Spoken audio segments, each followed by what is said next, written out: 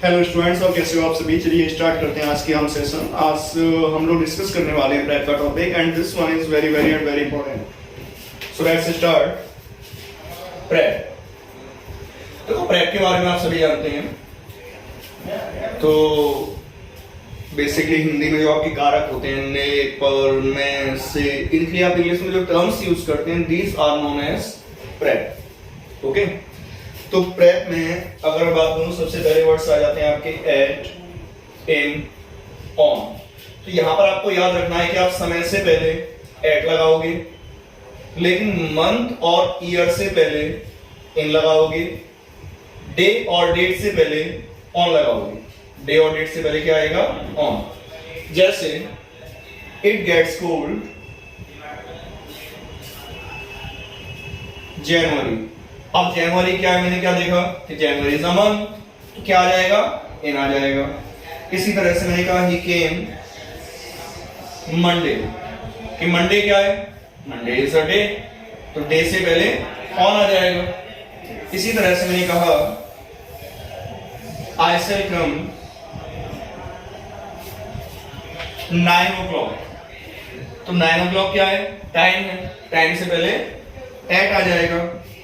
या फिर मैंने कहा India got freedom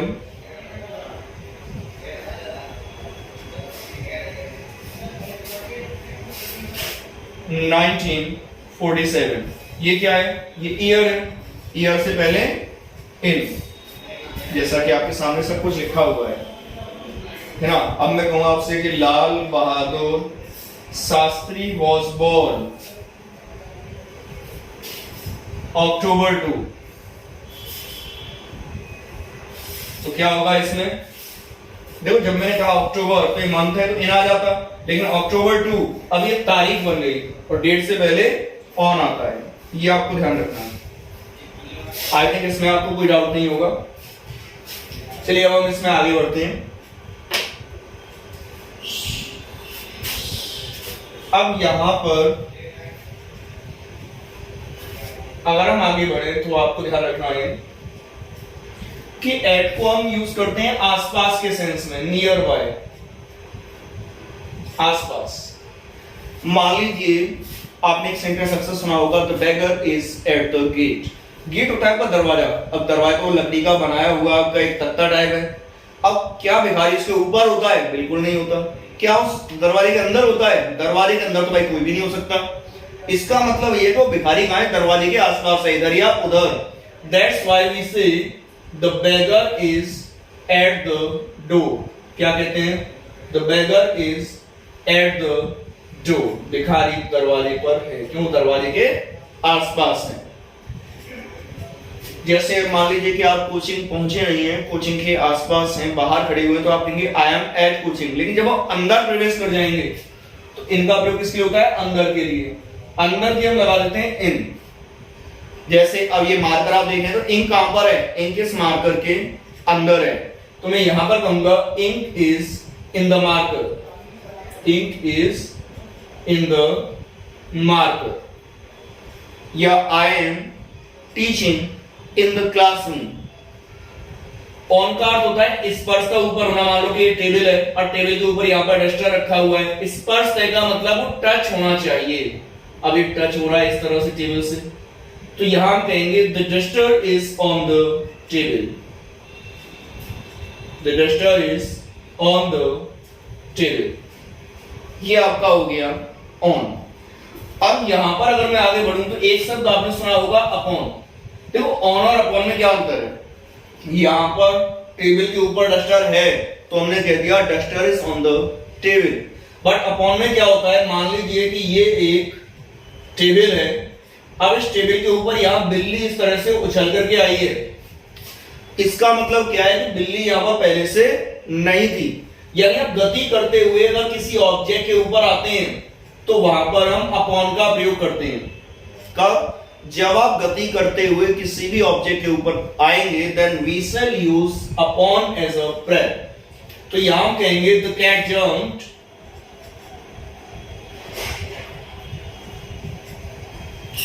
upon the table. यहां ऑन नहीं है, कि गति करते हुए टेबल के ऊपर आई है। एक वर्ड होता है इंटो। इंटो में क्या रखना है? इंटो का मतलब ये है कि मान लीजिए कि आप यहाँ पर क्लास के अंदर बैठे हैं तो हम कहेंगे कि I am in the class या I am sitting in the class. लेकिन अगर आप अंदर है नहीं, आपने क्या किया, अंदर पहुंचे हो, तो अंदर पहुंचने के लिए इंट्रो होता है। जैसे आपने सुना होगा कि वह नदी में कूदा, तो जब वो नदी में कूदा तो नदी के अंदर गया, नदी के अंदर पहले से नहीं था, तो यहां हम कहेंगे he jumped into the river। क्या कहेंगे? he jumped into the river। ये आपका हो जाएगा। या he fell into a pit। तो इंटो का प्रयोग हम अंदर जाने के लिए करते हैं। जैसे वो मेरे कमरे में है तो सी इज इन माई रूम, लेकिन वो मेरे कमरे में आई तो she came into my room. This is the major difference. अंदर होने के लिए इन है और अंदर पहुंचने के गतिमान अवस्था में आप कहीं पहुंच रहे हैं अंदर तो वहां इंटू है, और गतिमान अवस्था में अगर आप ऊपर पहुंच रहे हैं तो वहां पर फिर अपॉन है। ये बात आपको समझ में आ गई होगी। अब मैं बात कर रहा हूं यहां से आगे। ओके,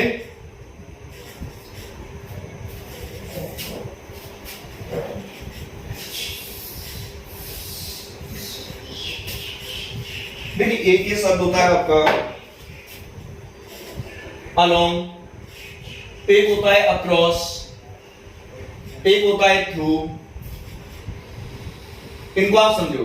मान लीजिए कि ये आपका रास्ता है, ये आपका रास्ता है और कोई आपसे कहे कि रोड के एक तरफ चलो, तो आप कहां चलेंगे? या तो ऐसे चलोगे या फिर ऐसे चलोगे, चलोगे रोड के एक तरफ। तो इसका अर्थ क्या है कि एक तरफ, के एक साइड में, या के किनारे किनारे, इस सेंस में along का यूज करते हैं। तो यहां कहेंगे कि we should move along the road। It means we must move at a side of the road। क्या मतलब है इसका? At a side of the road। ये मतलब होता है आपका along का। अब बात करते हैं अक्रॉस की। अब मान लो कि आपका रोड है, अब यहां पर मैं खड़ा हुआ हूं और यहां पर आपका एसआर के मॉल है। अब कोई मुझसे पूछे कि एसआर के मॉल कहां है, तो मैं क्या कहूंगा? रोड के दूसरी तरफ।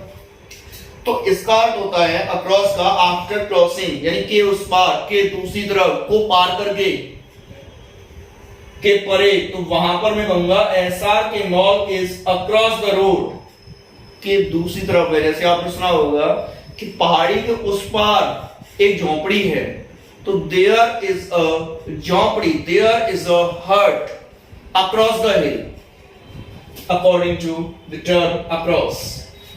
इट मींस अगर वहां पहुंचना है तो इस चीज को क्रॉस करना पड़ेगा। तो यहां मैं कहूंगा एस आर के mall is across the road.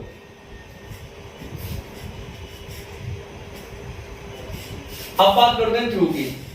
Through का अर्थ होता है यूजिंग द वे ऑफ, के रास्ते को यूज करते हुए।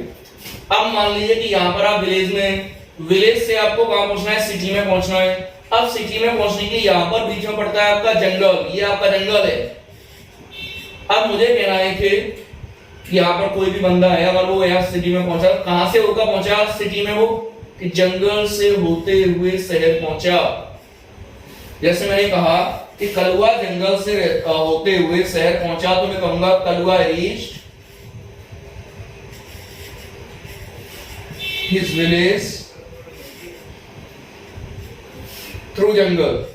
तो थ्रू जंगल का मतलब हो गया यूजिंग द वे ऑफ जंगल। जो चीज रास्ते में पड़ती है उसके लगाते हैं हम थ्रू। आई थिंक ये बात आपको समझ में आ गई होगी। अब बात करते हैं इससे आगे।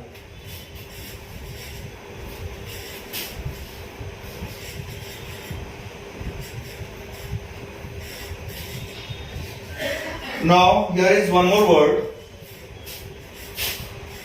between, और एक होता है आपका among। दोनों का अर्थ सेम है, बीच में। अंतर इतना है, अगर दो के बीच में है तो between लगाएंगे, और दो से अधिक के बीच में है तो अमोंग लगाएंगे। अमोंग किसके लगेगा? दो से अधिक के बीच में होने के लिए।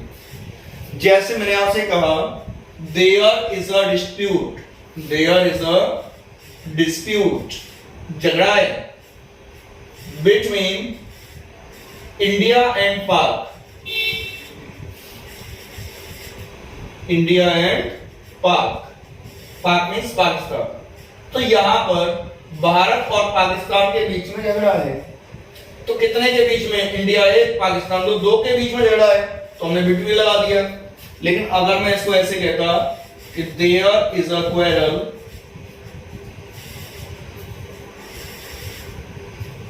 अमंग लल्लू, पप्पू एंड भोलू, तो यहां पर कितने लोग हो गए? लल्लू, पप्पू, भोलू, दो से ज्यादा हो गए। दो से ज्यादा के लिए क्या लगाना है? अमंग लगाना है कि लल्लू, पप्पू और भोलू के बीच में झगड़ा है। ओके, ये बात हो गई बिटवीन और अमंग की। अब यहां से अगर हम आगे बढ़ते हैं तो दो टर्म्स आपके और महत्वपूर्ण हो जाते हैं, to and from.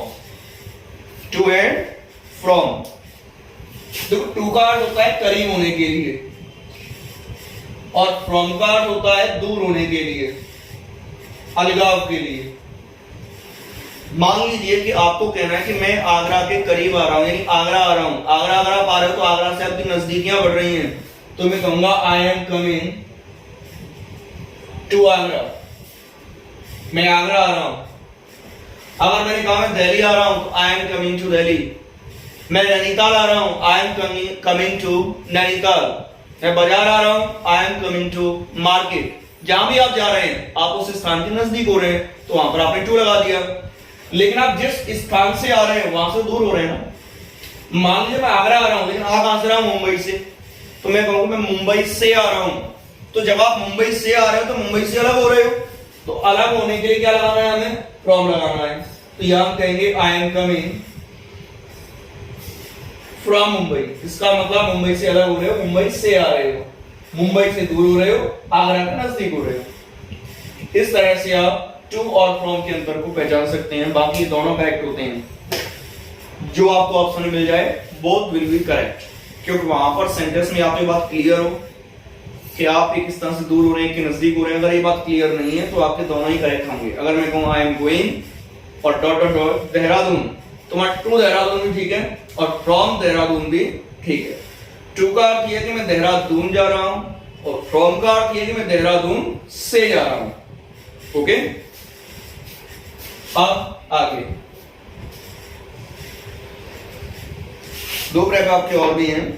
First one is since, second one is for. यहां से आपका अक्सर प्रश्न मिल जाता है, सिंस और फॉर। ये दोनों ही आपके पॉइंट ऑफ टाइम से पहले आते हैं। जब पॉइंट ऑफ टाइम से पहले आए तो ये तो आएगा सर्टेन से पहले। जो आपका सर्टेन टाइम होगा, सर्टेन पीरियड होगा, उससे पहले क्या आएगा? सिंस। और फॉर आएगा अनसर्टेन टाइम से पहले। अब इसको पहचानने का बहुत सिंपल लॉजिक मैं आपको बता रहा हूं। अगर किसी शब्द का प्लूरल बन रहा है तो वो अनसर्टेन है, और अगर उससे पहले एन आ रहा है तो भी अनसर्टेन है। तो इस कंडीशन में आपको फॉर लगाना होगा, बाकी सिचुएशन में आपको सिंस लगाना है। जैसे क्या कहते हैं आप? फॉर अ लॉन्ग टाइम, क्या आ गया? ये आ गया। फॉर अ वीक, क्या आ गया? ये आ गया। वीक की स्पेलिंग में डबल ही आता है, सत्ता वाली में। इसी तरह से for a month, for a while, for a minute, for a second, या उनमें जिनमें प्लूरल बन रहा हो। जैसे मैंने आपसे कहा फॉर एजेस, या फॉर 3 डेज, डेज आपके प्लूरल है। फॉर 5 years, तो ईयर्स आपकी प्लूरल है। फॉर 10 hours, तो आवर्स आपके प्लूरल है। फॉर 5 minutes, तो यह मिनट्स आपके प्लूरल है। अगर ना प्लूरल हो रहा हो ना एन दिख रहा हो तो आपको सिंस लगाना है। जैसे मॉर्निंग आपको मिल जाए तो हम क्या कहेंगे? Since morning. क्यों मॉर्निंग में ना तो प्लूरल लग रहा है और ना ही एन लगे हैं। या मैंने कहा आपसे सिंस 5 o'clock, तो जब आपने कहा सिंस 5 o'clock तो आपने किसी का प्लूरल थोड़ा ना बनाया है, हाँ या ना? प्लूरल तो नहीं बनाया और एन भी नहीं है, तो क्या आ गया? सिंस आ गया, सिंस 5 o'clock। या मैंने आपसे कहा सिंस जनवरी, सिंस जनवरी, तो यहाँ प्लूरल भी नहीं है, एन भी नहीं है। मैंने आपसे कहा सिंस दीपावली, एन भी नहीं है और प्लूरल भी नहीं है। या मैंने आपसे कहा सिंस गांधी जयंती,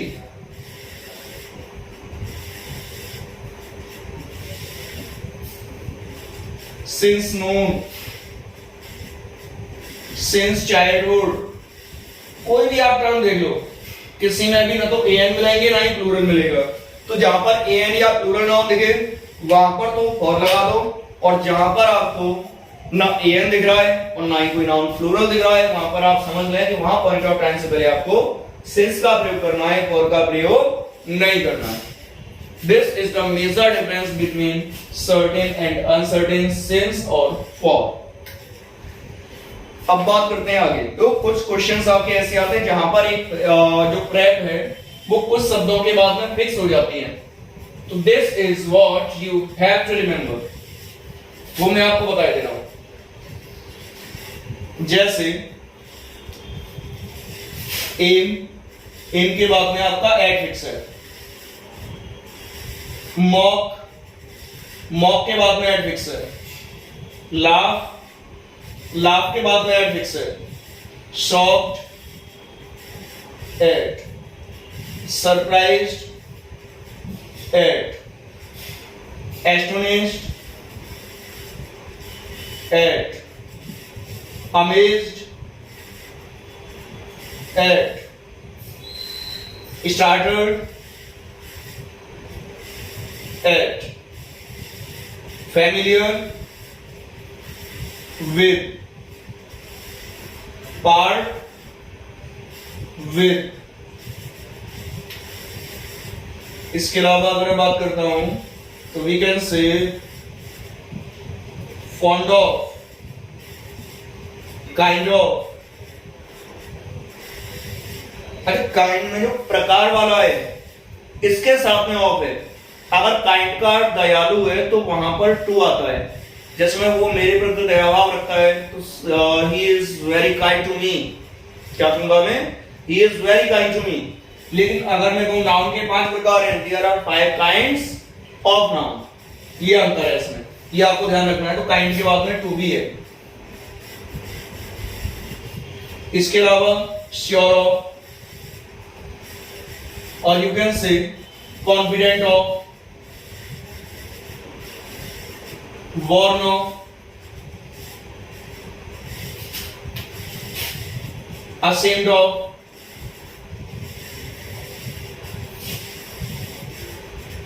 तो इन सभी शब्दों के बाद में ऑफ है। इसके अलावा अगर मैं कहूं तो suffer from,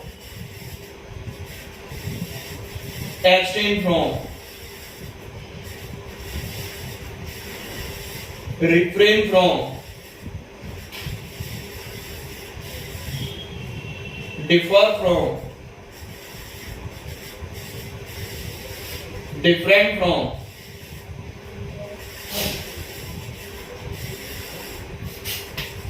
or you can say depart from, exile from, ban from, prohibit from,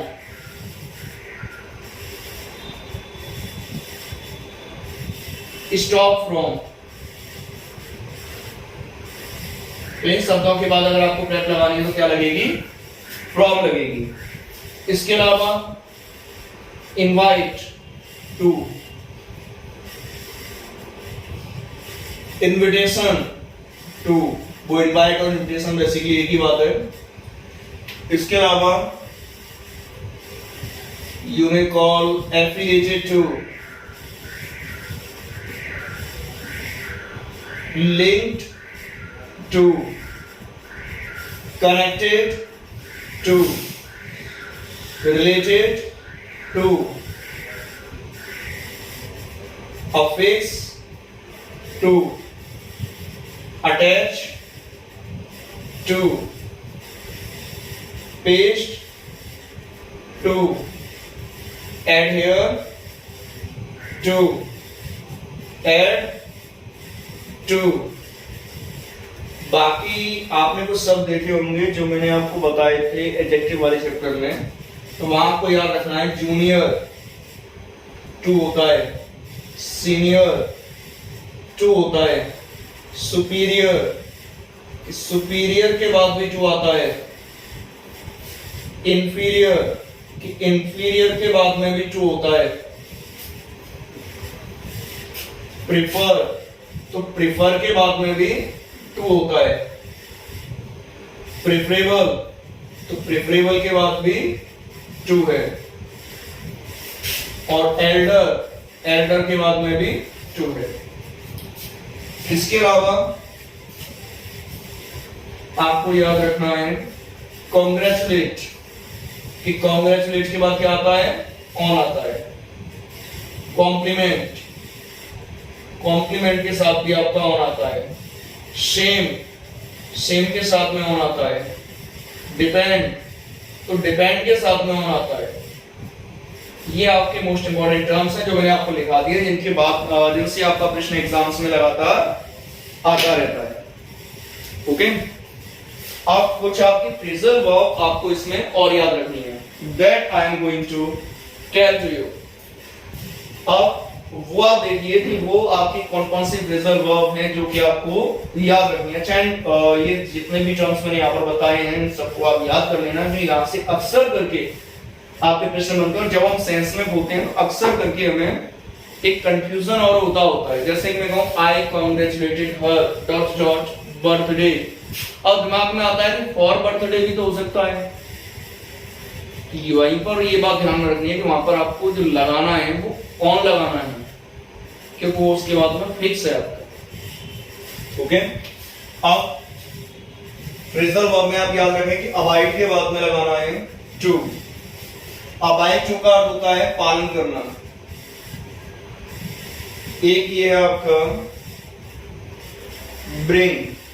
bring up, ये होता है पालन पोषण करना।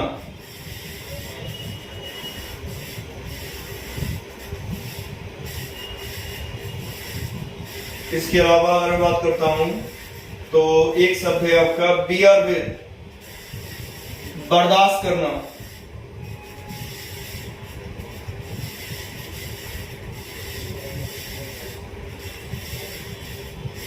एक है आपका कोप विद, संघर्ष करना। और you may call deal in, व्यापार के लिए आता है ये। डील विद, ये व्यवहार के लिए आता है। जैसे मुझे कहना है कि मेरे पिताजी खेती का काम करते हैं तो my father deals in agriculture, but अगर मैं कहूं वो हर किसी से पोलाइटली व्यवहार करती है तो she deals with everyone politely. इसके अलावा do away with, get rid of और गिव अप, इन तीनों का अर्थ है छोड़ देना। जैसे अपनी बुरी आदतों को छोड़ दो, give up your bad habits, get rid of your bad habits, या do away with your bad habits. इसके अलावा कैरी ऑन, कीप ऑन और गो ऑन, इन तीनों का अर्थ है जारी रखना, कंटिन्यू।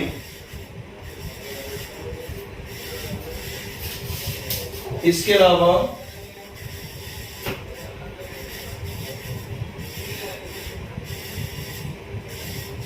टेक अवे, छीन लेना।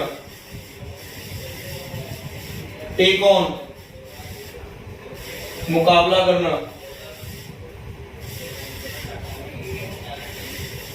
टेक ऑफ, उड़ान भरना। टेक टू, ले जाना। टर्न ऑन, स्विच ऑन, चालू करना, turn off, switch off, shut down, इनका अर्थ क्या है? बंद करना, बंद करना। इसके अलावा रन अवे, भाग जाना, रन इनटू, टक्कर मारना, रन डाउन, शक्ति क्षीण हो जाना,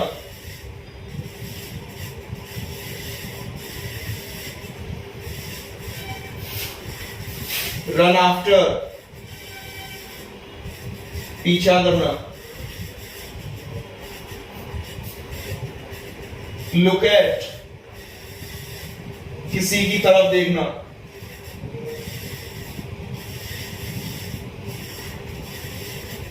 लुक आफ्टर, और you may call it take care of and care for. तीनों का अर्थ है देखभाल करना,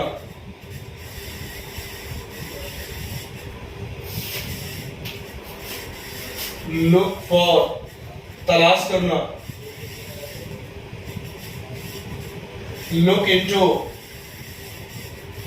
जांच करना,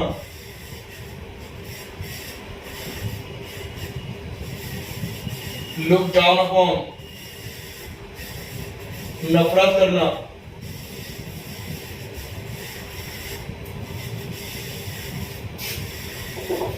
इसके अलावा स्टैंड बाय, सपोर्ट करना,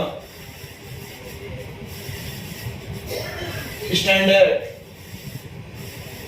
स्थित होना, स्टैंड फॉर, प्रतीक होना। ये टर्म्स आपको ध्यान रखनी है। These are the phrasal verbs you have to remember.